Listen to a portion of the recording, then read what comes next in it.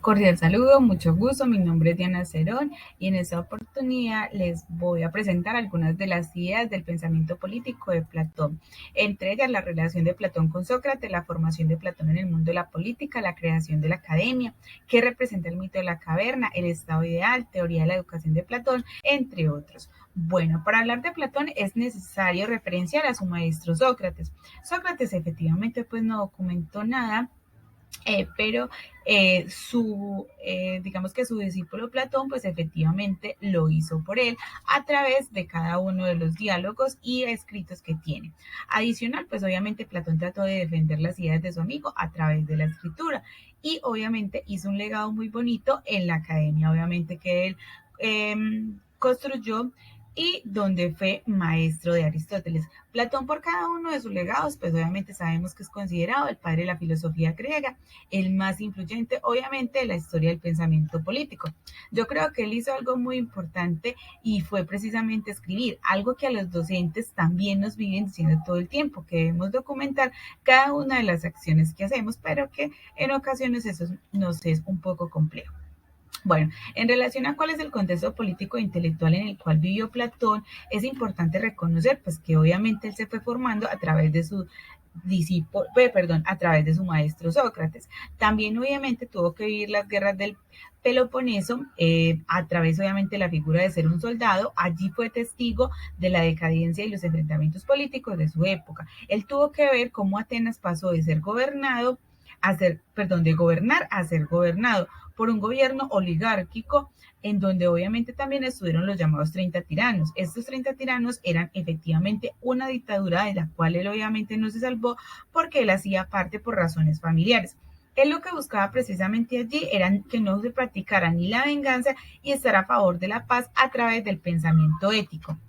Él también tuvo que vivir la crisis de la polis, es decir, de Atenas en ese momento, de la injusticia, a través obviamente de la muerte que él vio o pidió más bien de su amigo Sócrates, de las malas organizaciones, de las crisis de los valores y obviamente pues él ya decepcionado como de cada una de estas cosas, él decidió obviamente tomar partido en un modelo político totalitario y decidió precisamente abstenerse de todo lo que tuviera que ver con la política de Atenas, lo cual yo creo que fue lo que lo llevó a que él hiciera los diferentes viajes, entre ellos el que hizo a Siracura, donde se encontró pues obviamente con este joven Dionisio, un joven obviamente también que tenía sus ideas, pero digamos que chocaban un poco con lo que con lo que Platón en su momento pretendía. Eso obviamente lo llevó a que él fuera a prisión, a que Platón fuera a prisión y fuera vendido como esclavo. Pero ¿qué pasó en ese momento? Que ya el eco de Platón empezaba obviamente a reflejarse y lo reconoció este señor Sirene, quien obviamente pues le devolvió la libertad comprándolo obviamente y dejándolo que siguiera su camino. Digamos que en esos viajes que él hizo, él también se encontró con alguien muy importante llamado Dion. Dion fue uno de los que más lo convenció de que su teoría política podría llevarse a la práctica. Y él efectivamente todo eso le fue haciendo eco y lo convirtió en esa academia. Él obviamente construyó esa academia con cada uno de los legados que iba teniendo en cada una de estas partes. Entonces aquí obviamente las dos preguntas, ¿para qué creó Platón una academia y qué se enseñaba en la academia? Creo que en la respuesta a la primera pregunta, lo que buscaba Platón era precisamente trabajar esa pedagogía y era precisamente la pedagogía del diálogo, una pedagogía que aún se sostiene, ¿cierto? Yo creo que por las mismas bases con las que él las fundamentó, lo cual efectivamente llevó a que su academia durara más de 900 años y fuera considerada la primera universidad europea. Bueno, ¿qué se enseñaba en esa academia? Pues efectivamente se empezó enseñando matemáticas, filosofía y gimnasia. Pero uno de los propósitos de él en relación a la política era formar filósofos élites capaz de distinguir la verdad y la justicia. Esa era como digamos que su meta principal. Que las personas obviamente que él formara ya fueran capaces de llevar a cabo la regeneración de la ciudad, pues a él efectivamente le preocupaba mucho su ciudad. Él trató obviamente con su metodología del diálogo y la pregunta, despertar el entusiasmo por el saber y hacer hombres más conscientes de sí y más racionales, algo que aún en nuestras aulas pues obviamente sigue siendo o sigue estando vigente. Bueno, ¿Cuáles fueron las obras? Pues efectivamente Platón tuvo mucho tiempo y tuvo muchas ideas para plasmar, pero las primeras que hizo fue obviamente la apología de Sócrates. Él también escribió sobre la virtud, sobre el amor, sobre la belleza, y una de las partes que también, digamos, a las que él se detuvo fue precisamente en las leyes, cuando él obviamente ya vio que muchos de los ideales que él quería realmente no se lograban si no estaban precisamente plasmados. ¿Por qué? Porque lastimosamente el ser humano somos muy conductuales y siempre necesitamos como de esa ayuda adicional, ¿cierto? De aquello que nosotros sabemos que debemos hacer, pero que en ocasiones no lo hacemos como lo deberíamos hacer.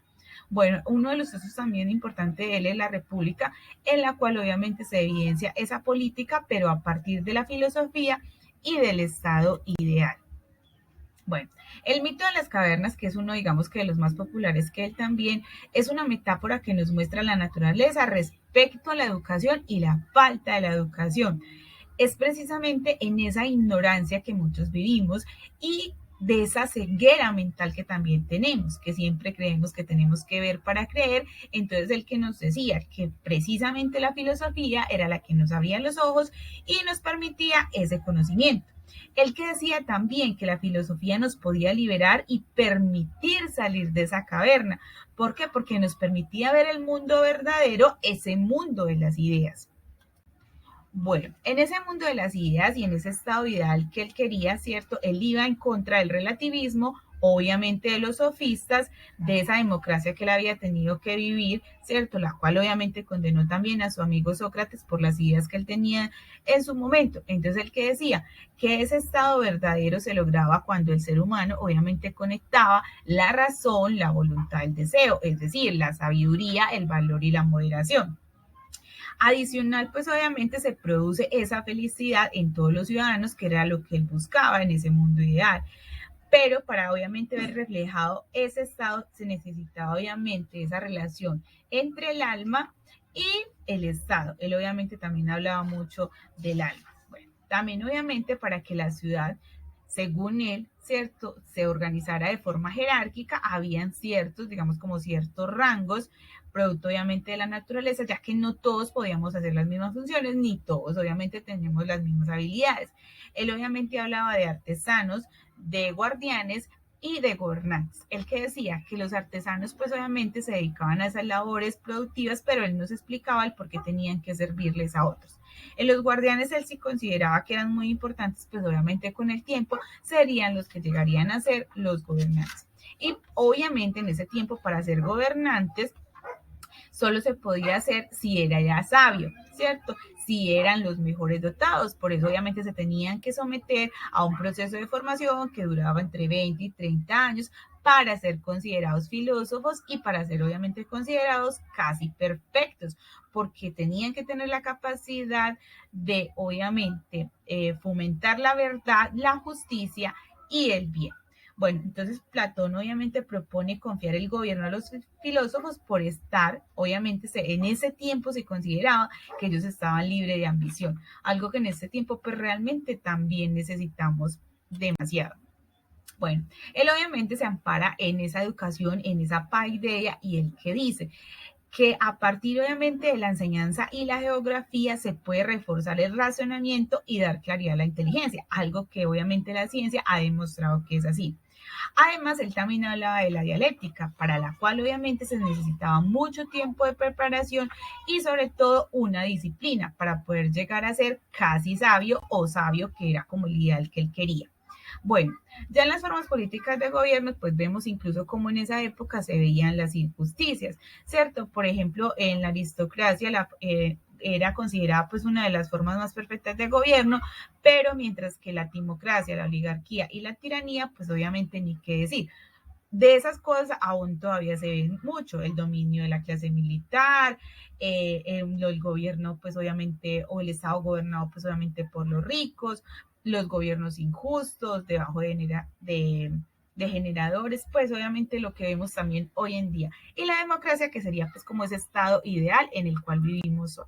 Bueno, esto es un tema muy amplio en el cual obviamente hay mucho y creo que la conclusión más importante es que el hacer esta lectura y en contrastarla con el proceso de investigación que venimos desarrollando es posibilitar esos caminos que debemos recorrer y obviamente dejarnos contagiar de todas las cosas buenas y positivas que las demás personas nos pueden brindar. También es el querer salir de esa caverna, de esa oscuridad a partir del conocimiento que nos lo brinda precisamente la ciencia y la investigación. Bueno, yo desearía poder contarles más, así que les dejo igual la bibliografía por si alguien más la desea analizar. Muchas gracias.